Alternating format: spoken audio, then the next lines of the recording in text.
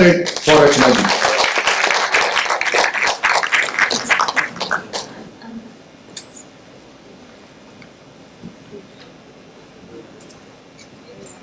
Good afternoon to each one of you here.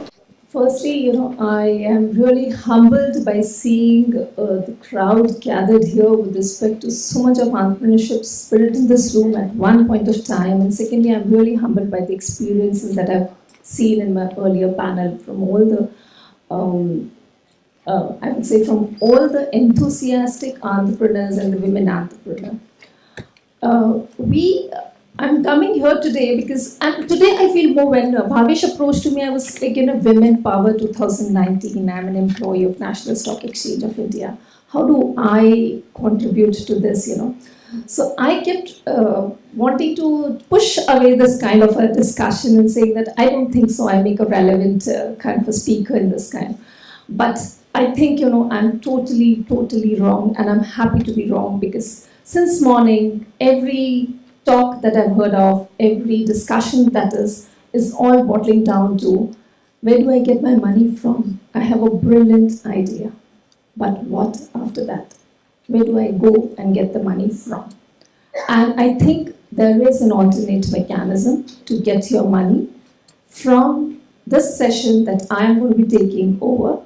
And I prepared a small writer which I'll be reading out shortly. But please stop by and tell me in case you need any more additional information from you. And I'll reach out to each one of you on the email as well to tell you more about this that we have. Women entrepreneurship, like we say today, and Women Power 2019. Let me just tell you that it's not 2019. It's Women Power all the time, every year, every time. That's the message that I want to start with. If you go back to history of India, I have always known as women the power, the Shakti. And I always believe in women, the Shakti. And one thing which I strongly believe is, I don't think so I was empowered by anybody. I was empowered on my own. It's about taking your own decisions, and it's about living the responsibility of your own decisions. The day the two are done, you are empowered. You don't need anybody else. And that's where I start with. India's core strength lies in its entrepreneurship, who have tremendous potential in galvanizing the Indian economy and pushing it on a road of sustained growth. A confluence of factors such as greater flow of investments, new business opportunities, and growing domestic market indicate that India is going to be high in its entrepreneurial landscape. The Make in India initiative gives a further boost to the entrepreneurship boost in the country. However, any strategy aimed at economic development will be lopsided without involving women who constitute half of the world population. Evidence is established that entrepreneurial spirit is not the prerogative of men. Women entrepreneurship have gained momentum in the last decades with number of women enterprises and their substantial contribution to the economic growth. Women entrepreneurship development has emerged particularly in the wake of increasing globalization, progressive social, economic, and political crosscurrents, and technological advancement in the media as well. The trends have slowly changed, but in relation to the total population, only 15% of the women are showing the entrepreneurial spirit across the world. This is a clear indication of the fact that though women play a key role in our society, their entrepreneurial spirit has not been properly tapped. Women today are more willing to take up activities that were once established to be the domain of men, and have proved that they are second to no one with respect to their contribution to the economy. At grassroots level, the challenges are unsaid, but few that I've listed down here are: one is issues relating to gender and cultural acceptance, family pressure and social obligations, lack of market knowledge, lack of access to support networks. And apart from these challenges, the universal problem of accessing funds is the key theme of all the entrepreneurships to move ahead and grow their stories. So there is an urgent need to step up our efforts in creating this enabling environment that will influence positive changes in women to become entrepreneurs of small and growing companies. Towards building an enabling environment, one of the most important steps taken was the creation of a platform called NSE Emerge, which facilitates small and medium enterprise companies to tap an alternate funding route of mechanisms through an IPO and subsequently listing onto the stock exchange. This IPO not only allows them to list onto the stock exchange but also provides an opportunity for the companies to migrate to the larger main board of the exchange. The requirement of track record, profitability, corporate governance, reporting requirements, and the time frame for listing have been considerably reduced for this kind of a platform. And it has been made easier for companies of this scale to come and raise funds through this platform.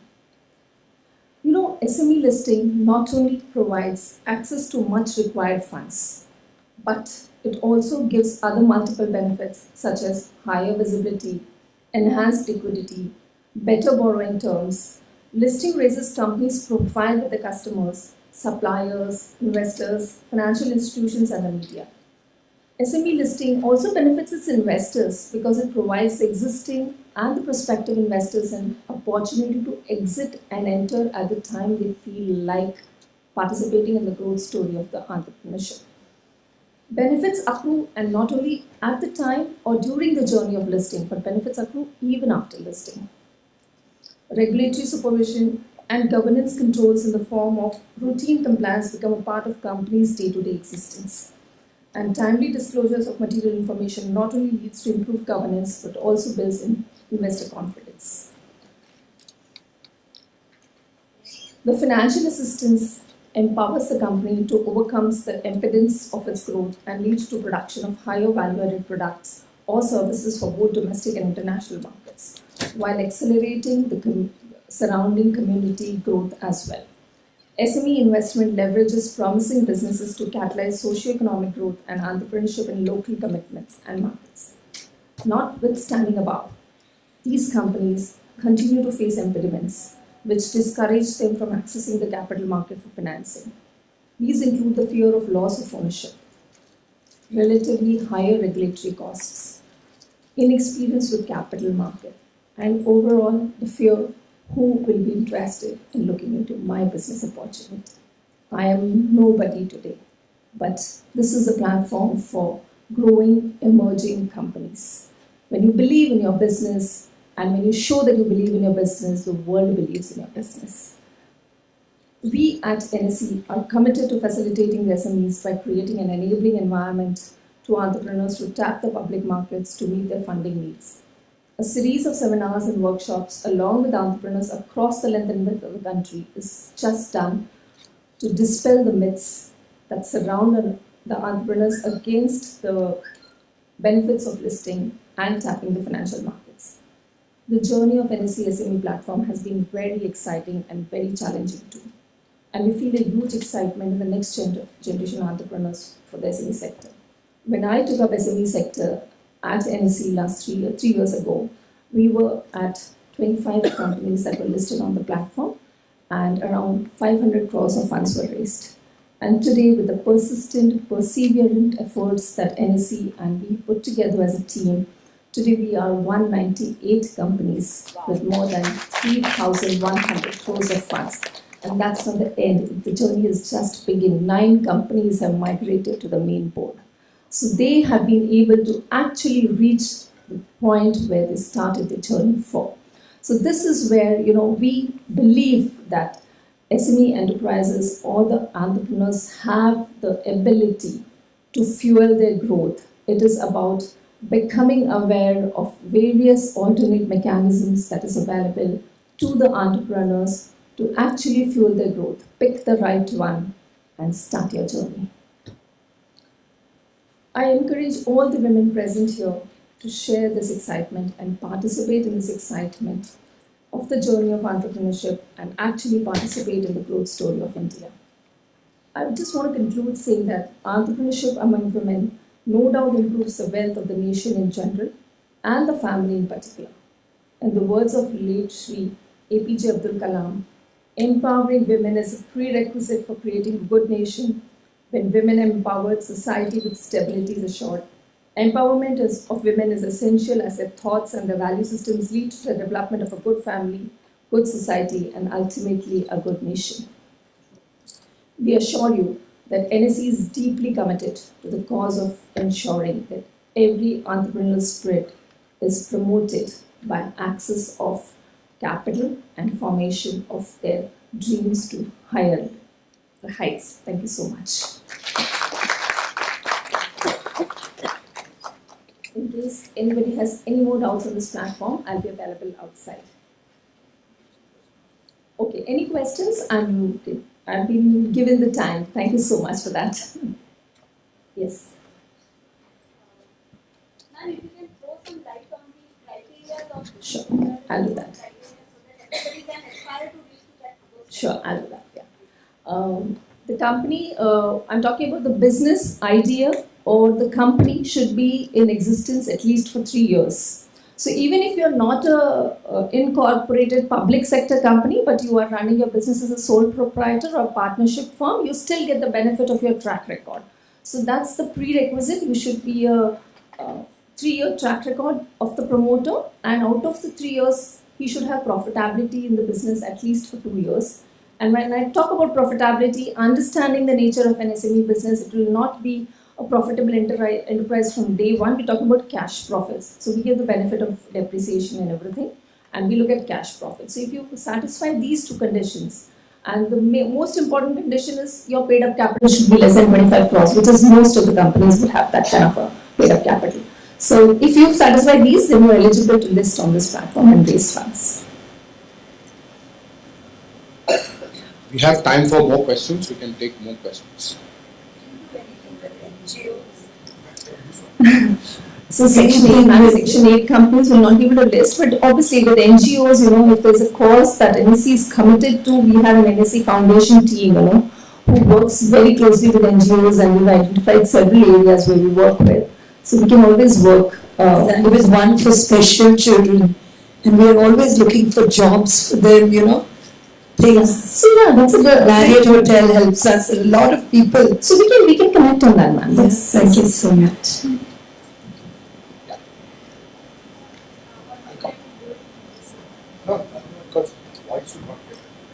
Hi, good afternoon, Good Rachana. afternoon. Just one thing, see, it's not always money that plays a role. We also need promoters. Sometimes when we are doing business, and you spoke about the cash profit, to bring that in, it's not just the investment. Sometimes we need promoters, maybe in the known group, startup groups, or maybe in your group. Do you help us to support if the business is really viable and if the logic of the business is right and if it suits? You also, apart from investment, you help us to promote within the circle line groups. See, I'll tell you, listing itself, the moment you decide to list and you come up on the platform for listing, you are now a very visible company. NSE does not have to do anything special to promote you per se, because your every information is available on the NSE website. We have 2.5 lakh terminals across the country, and 1,600 brokers who are attached to this. So now they're able to see your information, your code, your changes, every proposal of yours on the terminals of their trading terminals. So this is where you get all your visibility about. The second thing is, if people are interested in an area that you're working on, and they're looking for partners or they're looking for any collaborations, what they will do is first search for a company which is listed.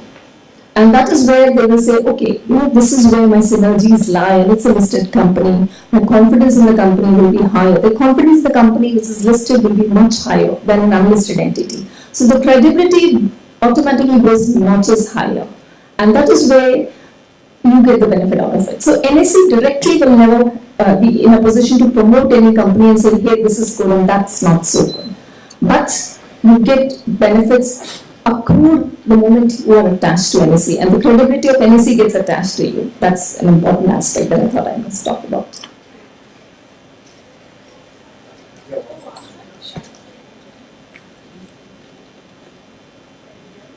I can hear you, ma'am, but I'm not sure about this.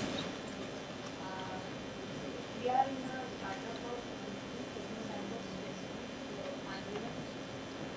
the corporate angle is what itself is really good. And this type of something is really Can't hear you, please. Mic is not working.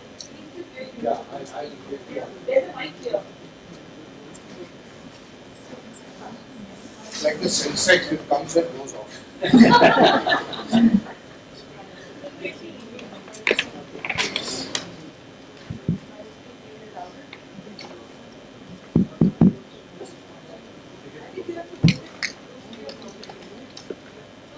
Yeah. Thanks. Basic ambulance itself comes to nearly 2 crore. And actually, if we have to do 3 to 4 types of variables, everything cannot work on models. So startup capital itself goes to nearly 5 to 10 crore. Right, ma'am. And you are telling minimum 3 years, all banking institute also said minimum 3 years. I have a very vast experience of as a CA.